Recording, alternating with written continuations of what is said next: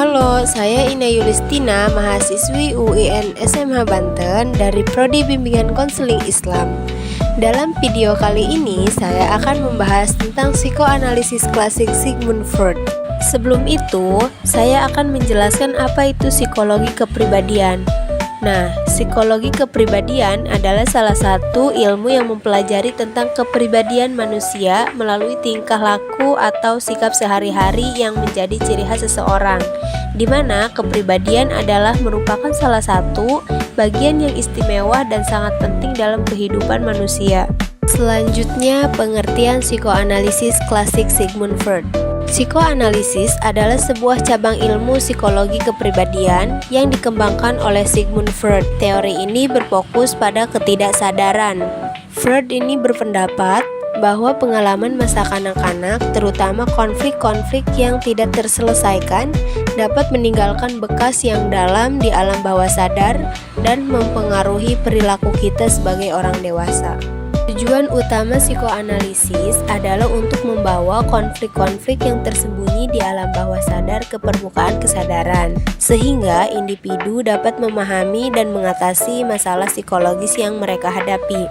Kemudian ada struktur kepribadian. Pada tahun 1923, Freud ini memperkenalkan 3 model struktur kepribadian, yaitu yang pertama id, yang kedua ego, dan yang ketiga superego. Menurut Freud, id adalah bagian dari pikiran manusia yang berfungsi berdasarkan dorongan untuk mencari kenikmatan dan memuaskan kebutuhan atau keinginan dasar, yaitu seperti lapar, haus. Bagian ini tidak memikirkan mana yang benar, mana yang salah, dan tidak mengikuti logika atau aturan. Id ini hanya ingin segera mendapatkan apa yang diinginkannya tanpa mempertimbangkan akibatnya. Misalnya, jika seseorang merasa lapar, id akan mendorong orang tersebut untuk segera makan tanpa memikirkan waktu atau tempat yang tepat.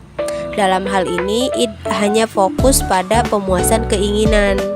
Struktur kepribadian yang kedua menurut Freud ini adalah ego, di mana ego ini bagian dari diri kita yang membantu menyeimbangkan keinginan kita dengan kenyataan di sekitar. Jadi kalau id itu adalah bagian yang ingin langsung mendapatkan kenikmatan.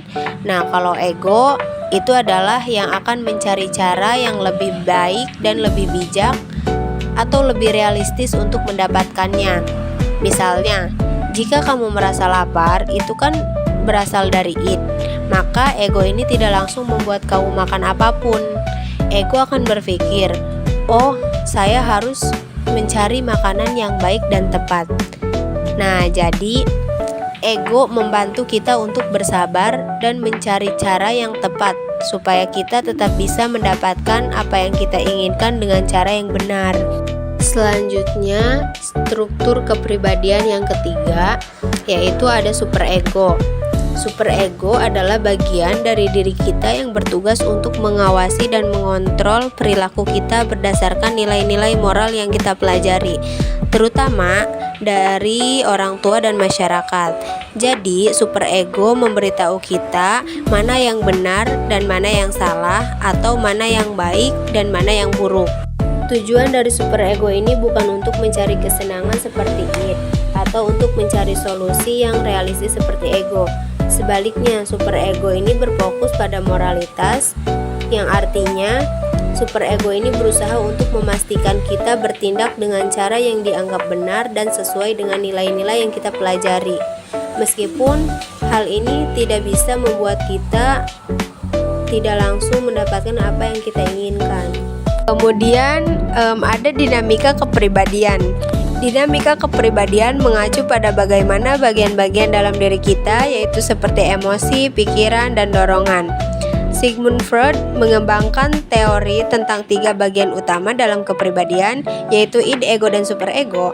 Ketiganya ini saling berinteraksi dan menciptakan ketegangan yang mempengaruhi cara kita bertindak dan berkembang. Ada 2 bagian dalam dinamika kepribadian. Yang pertama, insting sebagai energi psikis. Freud ini mengatakan bahwa insting adalah dorongan dalam diri kita yang berasal dari kebutuhan fisik, seperti lapar atau haus. Bagian yang kedua dalam dinamika kepribadian yaitu kecemasan. Kecemasan adalah perasaan takut yang muncul karena konflik dalam diri kita. Terima kasih sudah menonton. Jangan lupa like dan komen.